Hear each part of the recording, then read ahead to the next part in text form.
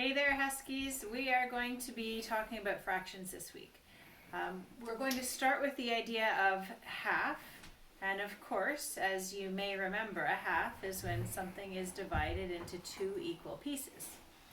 Often when we did our word work, we would divide our whiteboard in half, and we would put words on both sides.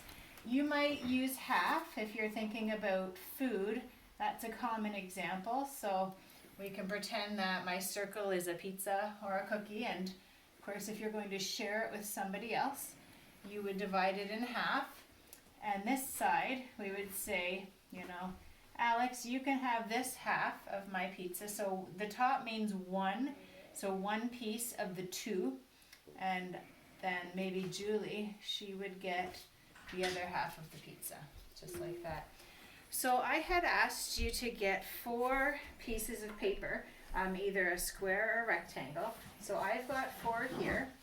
If you don't have them, that's okay, you can just watch. But I want to show you a few different ways of dividing something in half. And of course, some shapes are easier to divide in half than others. A rectangle or a square is pretty easy. There's actually more than one right answer. If I say divide this in half or fold it in half. Alex, come on over here. Woo. I'm going to get you, Alex, to fold the paper in half. Let's see what he does. Okay, and then Julie, I'm going to need you. Okay, so Alex, let's see.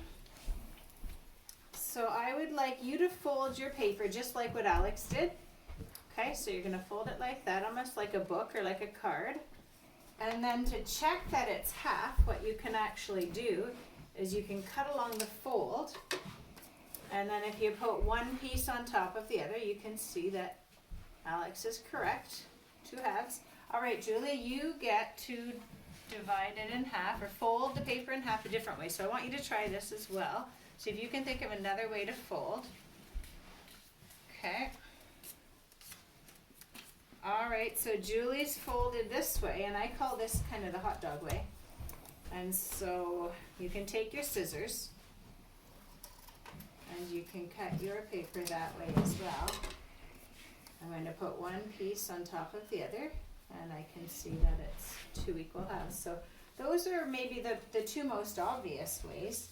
There is another way that I'd like you to take a minute right now and think, how else could you divide that shape in half? I kind of thought about trying to fold the corners down, but that was really hard to do. So instead what I'm going to do is I'm going to take a marker and I'm going to draw a line, and I'm going to test this out the same way that we tested the other ones out, even though I wasn't able to fold it. So I want you to take your paper and I want you to try the same thing that I did. Go from sort of the opposite top corner, draw the line down to the opposite bottom corner. So we call that a diagonal line. And then it may not be exactly a perfectly straight line, just do your best. I'm going to cut it. And then I'm going to see if they actually are equal. So I'm going to turn them so they're facing the same way. Yep. Okay, so that is actually another way to make a rectangle go in half. So that works. Now the fourth rectangle, I actually just want you to fold it in half any way you'd like. So you might go hot dog, you might go hamburger. I'm going to go hot dog style. And you've got the fold here. What I'd like you to do is I'd like you to just take your scissors and I would like you to just draw any kind of a shape, and then I'd like you to open it up and see what you end up with. And then you can think if it reminds you of anything. So you might do curved lines, you might do sort of straight pointed lines. So I'm going to just do straight lines. You can do this along with me, you can see what you come up with. And so I've got, it almost looks like 3 little mountains.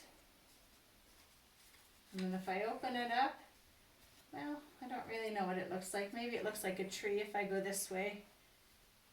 Maybe a monster's mouth. But I can see the line in the middle. As we've also talked about, the line of symmetry divides something in half. That, yeah. Anyway, for your homework assignment today, what I would like you to try to do is look around your house and talk to your family and try to think of ways that you show or ways that you use half at your house. So in tomorrow's video, I'll show you how I use half at home, and if you're able to send me any of your ideas, I can mention them as well. Thank you.